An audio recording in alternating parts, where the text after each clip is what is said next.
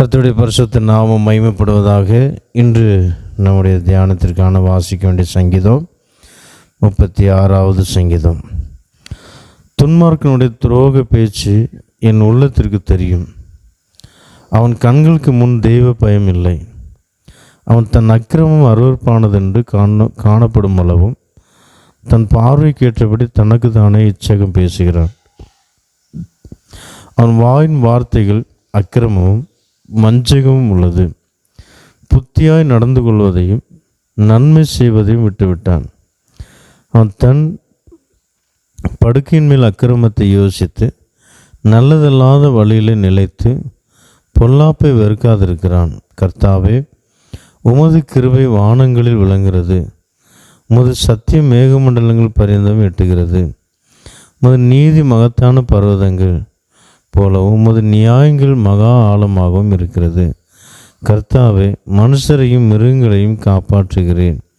தேவனே, உம்முடைய கிருபை எவ்வளோ அருமையானது. அதனால் மனுபுத்திரர் உமது செட்டைகளின் நிழலிலே வந்தடைகிறார்கள். உமது ஆலயத்துள்ள சம்பூர்ணத்தினால் திருப்தி அடைவார்கள். உமது பேரின்ப நதியினால் அவர்கள் தாகத்தை தீர்க்கிறேன். ஜீவ ஊற்று உம்மிடத்தில் இருக்கிறது. உம்முடைய வெளிச்சத்திலே வெளிச்சம் காண்கிறோம். உம்மை அறிந்தவர்கள் மேல் உமது கிருபையும் செம்மையான இருதயம் உள்ளவர்கள் மேல் உமது நீதியையும் பாராட்டியுள்ளோம். பெருமைக்காரரின் கால் என்மேல் வராமலும் துன்மார்க்கருடைய கை என்னை பறக்கடியாமலும் இருப்பதாக. அதோ, அக்கிரமக்காரர் விழுந்தார்கள், எழுந்திருக்க மாட்டாமல் தள்ளுண்டு போனார்கள். அல்லேலூயா, ஆமென். கர்த்தருடைய பரிசுத்த நாமம் மகிமைப்படுவதாக. இன்று நம்முடைய தியானத்திற்கான வசனம் 8ஆம் வசனமும் 9ஆம் வசனமும். உமது ஆலயத்தில் உள்ள சம்பூர்ணத்தினால் திருப்தி அடைவார்கள்.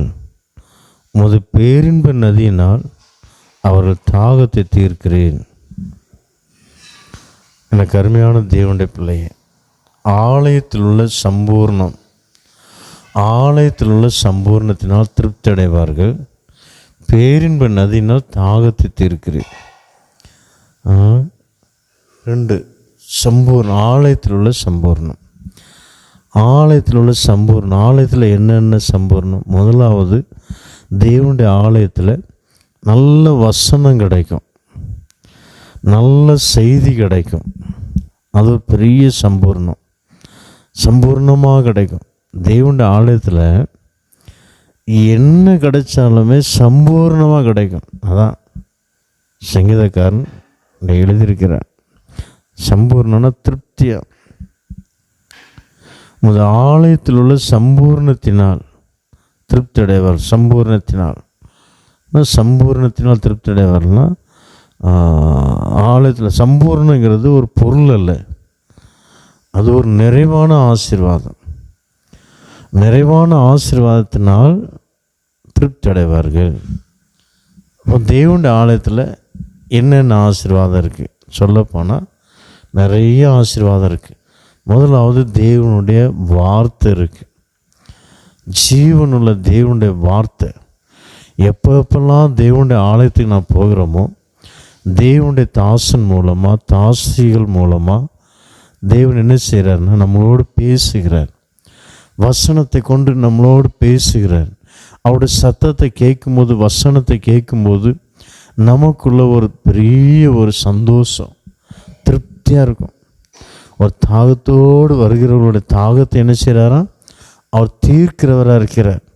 கருமையான தேவனுடைய பிள்ளைய, முதலாவது திருப்தி, தேவனுடைய வசனத்தினால் திருப்தி. 2வது, பரிசுத்த ஆவியானுடைய அன்பினால் திருப்திப்படுத்துகிறார். எப்பப்பெல்லாம் தேவனுடைய சமத்தில் போகிறோமோ அப்பப்பெல்லாம் அவருடைய அன்பினால் நிறைய தேவன் நமக்கு உதவி செய்கிறார். அது மாத்திரமல்ல, சமாதானத்தை தருகிறார். அதான் அவருடைய ஆலயத்தில் இருக்கிற ஆசீர்வாதம். சந்தோஷம் எங்கேயுமே கிடைக்காது. சமாதானத்திற்காக ஒவ்வொருத்தரும் என்னென்னமோ செய்கிறாங்க. எங்கெங்கெல்லாமோ உயர்ந்த மேடுகள் மேலே ஏறுறாங்க, எத்தனையோ மலைகளில் ஏறுறாங்க. காலனி சொன்னால் செருப்பு இல்லாமல் வெறுங்காலாக என்ன செய்கிறாங்க, நடக்கிறாங்க. பல மைல் தூரம் நடந்து போகிறாங்க, நடந்தே யாத்திரை பண்ணுறாங்க. எதுக்காக?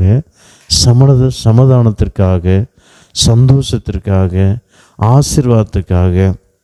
எத்தனையோ பேர் எவ்வளோ தியாகம் பண்ணுறாங்க, தங்களுடைய சரீரத்தை ஒடுக்குறாங்க, நடந்து எத்தனையோ கிலோமீட்டர் நடந்து போகிறாங்க, பல மாதங்களாக நடந்து போகிறாங்க.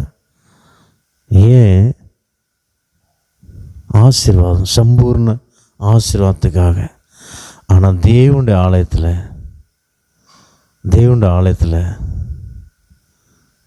நாம் அப்படி நடந்து தேவனுடைய ஆலயத்துக்கு நாம் அப்படி நடந்து போகிறோமா?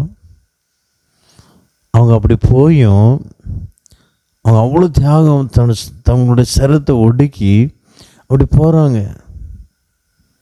அவங்களுக்கு ஒன்றும் நிறைவான ஒரு ஆசீர்வாதம் கிடைத்ததாக யாருமே சொல்ல முடியாது.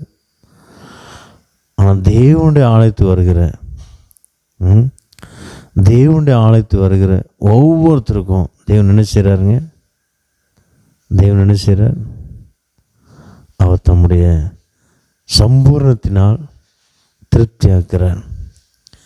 மலைகளுக்கெல்லாம் போகிறாங்க, தியாகமாக வருங்காலில் நடந்து போகிறாங்க. அவங்களுக்கு சமாதானம் இல்லை, சந்தோஷம் இல்லை, வருமானம் இல்லை. ஆனால் தேவனுடைய ஆலயத்துக்கு வரும்போது சம்பூர்ணத்தினால் திருப்தியாக்குறார். அந்த ஆசீர்வாதம், சந்தோஷம், சமாதான ஆசீர்வாதம் மாத்திரமல்ல, உன் குடும்பத்தில் பண தேவைகளும் சந்திக்கப்படும். வேலைகள் இல்லாதவர்களுக்கு வேலைகளும் கொடுப்பார். கடன் பிரச்சனை மாறும், வியாதி மாறும். ஆசீர்வாதம் எது இடத்தெல்லாம் ஆசீர்வாதமாக மாறும். எனக்கு அருமையான தேவனுடைய பிள்ளையே, பயப்படாதீங்க. தேவனுடைய ஆலயத்துக்கு வந்து பாருங்கள். உங்கள் தாகம் என்னென்ன தாகத்தோடு வர்றீங்களோ அந்த தாகத்தெல்லாம் அவர் தம்முடைய ஜீவ நதினால் அவர் தீர்ப்பார். என்ன தாகத்தோடு வந்தாலும் சரி, தாகத்தை தீர்ப்பார். 9வது வசனத்தில், ஜீவ ஊற்று உம்மிடத்தில் இருக்கிறது, உம்முடைய வெளிச்சத்தில் வெளிச்சம் காண்க. ஜீவ ஊற்று, அவருடைய ஊற்று வற்றாத ஊற்று.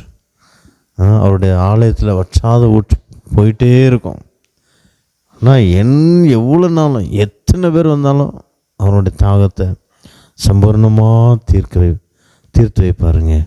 ஆனால் தேவனுடைய ஆலயத்துக்கு போகிறத விடாதுங்க. நான் ஏன் சொல்கிறேன்னா, சபை கூடி வருதில் விட்டு விடாதிருங்கள்.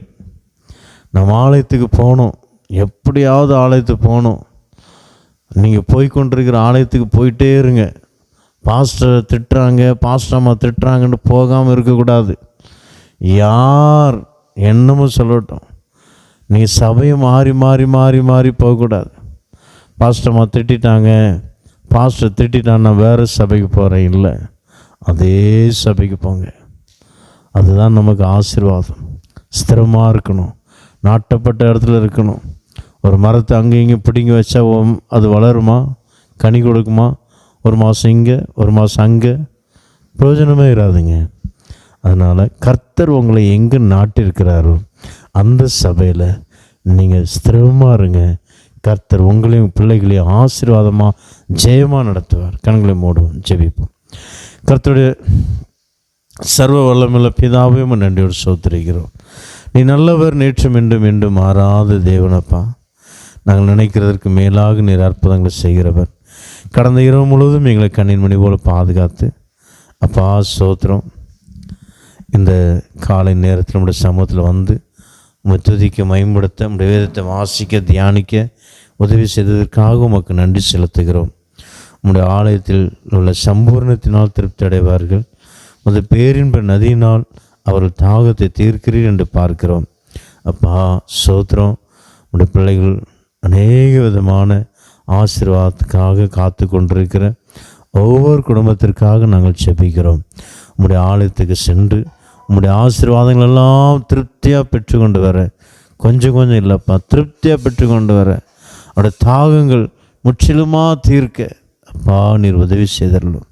உம்முடைய நாமம் மகிம்படட்டும். உம்முடைய ஆலயத்துக்கு செல்லுகிற ஒவ்வொரு ஜனங்களும், சிறுவர்கள், வாலிபர்கள், பெரியவர்கள், முதியவர்கள், ஒவ்வொருத்தரும் நீர் சம்பூர்ணத்தினால் திருப்தியடைய உதவி செய்யும். பேரின்ப நதியினால் தாகத்தை தீர்த்து கொள்ள உதவி செய்யுங்கப்பா, உதவி செய்யுங்க. அப்பா சோத்திரம். ஒவ்வொரு குடும்பங்கள் காணப்படுற பலவீனங்கள், வியாதி, வல்லமைகள் இயேசுவின் நாமத்தில் எல்லாம் முற்றிலும் மறைந்து போவதா. இரத்தத்தை தெளிக்கிறோம் அப்பா, காத்துக்கொள்ளும். ஓ ஷாபாரா தீராபாரா. இந்த காலை நேரத்தில் ஜெபிக்கிறோம். எல்லா வியாதி வல்லமைகள் முற்றிலுமாக நிர்மூலமாய் போவதாக நசர்னா இயேசு கிறிஸ்துவின் இரத்தத்தை தெளிக்கிறோம். பா சோத்திரம் சோத்திரம். வல்லமையுள்ள கரத்தை நீட்டி தொடுவீராக.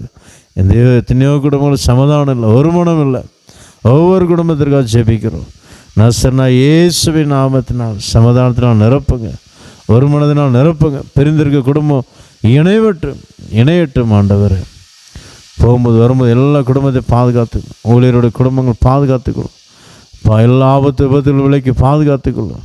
இந்த நாள் முழுவதும் ஜெயமாக, ஆசீர்வாதமாக, சமாதானமாக, சந்தோஷமாக எல்லா அனுகூலத்தையும் நீர் பாதுகாத்து ஆசீர்வாதமாக வழி நடத்தும். இந்த பிரச்சனை கூட இருக்கட்டும். ஆசீர்வாதம். உங்களுடைய ஜெபத்தை எல்லாம் கேட்டதற்காக நன்றி. இயேசு கிறிஸ்துவின் நாமத்தில் வேண்டிக் கொள்கிறோம் எங்கள் ஜீவனுள்ள நல்ல பிதாவே. ஆமென் ஆமென். கர்த்தர் நம்ம ஒவ்வொருத்தரையும் ஆசீர்வதிப்பாராக. ஆமென். God bless you.